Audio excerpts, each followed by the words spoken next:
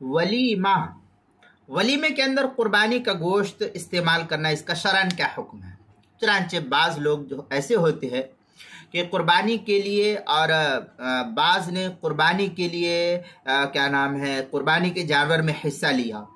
और बाज़ ने वलीमे के वास्ते। तो एक ही बड़े जानवर में दोनों ने हिस्सा लिया, मसलन गाय है, बैल है, भैंस है, ऊँट है वगैरह है, तो दोनों ने, बाज़ ने कुर्बानी के लिए और बाज़ ने वलीमे के लिए, दोनों ने एक ही बड़े जानवर में जानवर को ख़रीदा और दोनों ने जो है हिस्सा लिया, तो ये तो जायज़ है, शरन इसमें कोई कबाहत नहीं है।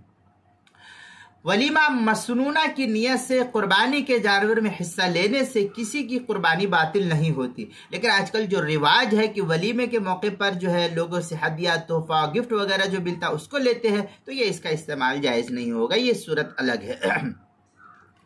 चुनांचे इस सिलसिले में जो है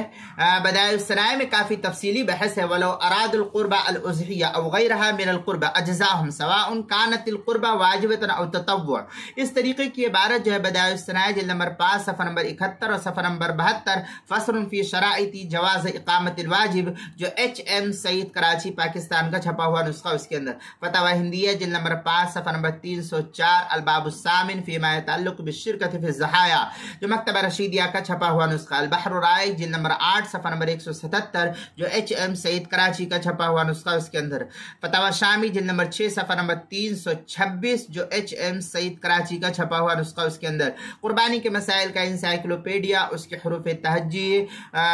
वाव उन्वान है वलीमा, सफ़ा नंबर 176 पर इसकी बहस नकल की गई है।